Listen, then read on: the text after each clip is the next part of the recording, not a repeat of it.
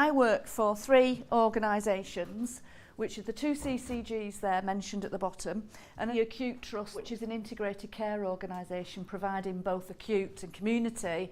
My role is to work across those constituent parts. These 2 CCGs are tiny. They're like 110, 120 population. The Trust operates across 2 sites and has got some real challenges around that. And when they brought me in, one of the issues around this particular patch, if you like, is demographically they're about 10 years in advance of the normal, if you like, population that's average across the UK. So by that I mean they've got a much older population already, almost double for some areas of the country the numbers of residential and nursing homes, because people want to come to the Southport to retire. People like, rural West Lancashire, it's lovely and leafy and etc. So, they actually import quite a number as well of older people who want to retire in that patch and in that area. Bearing all that in mind, they already were facing some of the worst possible performances around their A&E department. They realised they had to do something different with the whole system. It wasn't just about the A&E department, it was actually about what was happening in the community that was driving that demand in A&E. They had the worst turnover for ambulances in the Northwest. They were in the bottom thread, if you like, cohort of performance. So they needed to do something about it. So they developed a care close to home strategy, which when I first came in was very much about urgent care and improving the performance around urgent care. So they amassed together, and we, when I came into post, said, who are our partners in this? Who do we need to engage in this endeavour as we go forward? And it's about thinking about it differently as well. And actually we need to engage with the nursing home sector just as much as we do with local authorities, just as much as we do with North West Ambulance, because all of those constituent parts are driving up demand. And there was also a recognition hospital does harm to some people, particularly frail older people. And it actually can affect their long-term quality of life. So we had that strategy quite a while ago, which was orientated around improving performance of urgent care. But we realised, and I've been badgering on at them for quite a while, we need to refresh that actually and do a restock. So having that shared purpose right from the onset was really useful. Now we had that strategy, but actually NHSIQ, when they came in, really helped us, if you like, mobilise and allow space for creative thinking of all the stakeholders coming together. So it really helped us kind of be really clear about what we want to do.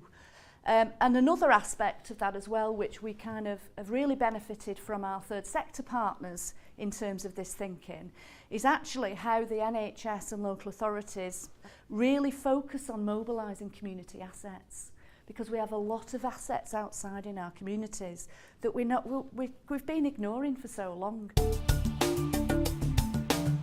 We started off by stakeholder visioning events where we got loads of people in the room, our local Breathe Easy groups and different people around, and actually listening to what people say as their experience of care and actually what they would like in terms of pathway and access and ease of movement along those.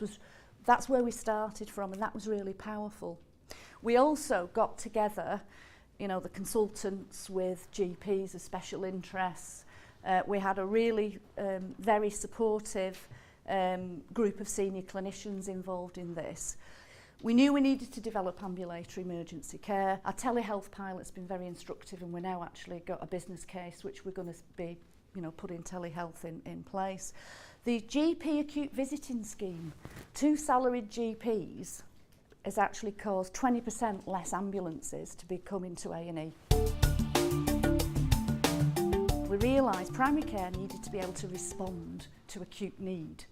And what was happening was a default position for nursing homes locally and for the general public was if they have an issue, an urgent care issue, and they can't get through to the GP, ring an ambulance or rock up to A&E, and that was happening a lot. So with this now, if a GP's practice is contacted by a patient and they think that they have an urgent need and the GP practice can't respond, they've got 2 salaried GPs who are sitting in the out of, you know, the go to doc, our out of hours doctor service, who employ them and provide them to do this. And they will contact those GPs and they will get a visit within 2 hours of that request at home. And similarly, if an ambulance is called out to somebody's address or a nursing home and they think actually primary care could respond to this need rather than go into hospital, you know, they will contact this out of areas doc people, and they will get these salaried GPs to visit within 2 hours. And that's been really quite a small thing really to put in place, but it actually has had a really powerful effect and impact. And the other thing today is we've spent a lot of time and effort on, and I did right from the beginning, was develop what I call the Care Close to Home dashboard, actually our measurements and our metrics.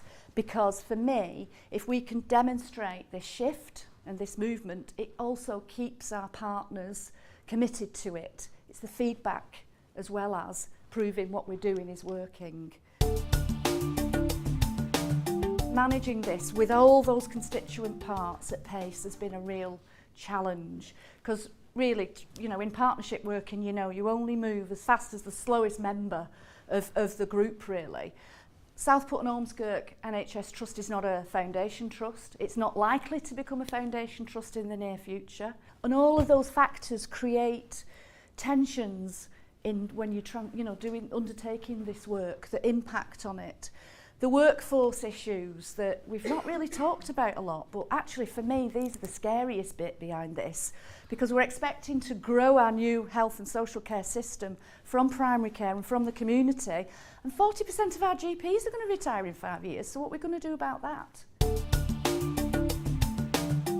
One of the powerful things about the NHS IQ programme was it allowed us to use very skilled facilitators to get all the stakeholders together in one place where we could debate and think about what it is we would like to see in the future. Now, what we ended up with wasn't really a million miles from where we started, but the important point was it had the buy-in and ownership across the system. Low points, for me at the time, I was thinking, well, why are we doing this bloody visioning event again when we've already got this vision described? And the GPs are saying, why are we sticking bits on pieces of, sticking bits of stuff on pieces of paper? And it was a different way of working for them that was quite difficult really. But for me now, on reflection, at the time that's how I felt, but actually on reflection, only a month or so after, I was thinking, well, I'm so glad we did that, because actually the product we've ended up with, because it's much more rounded and owned, has got much more buy-in now, and I will use that in my dialogue with, hang on, this isn't just me saying this, it's actually a collection of people right over here. There's 80 to 100 people who are involved in doing this and articulating this vision. It's our vision, it's not mine.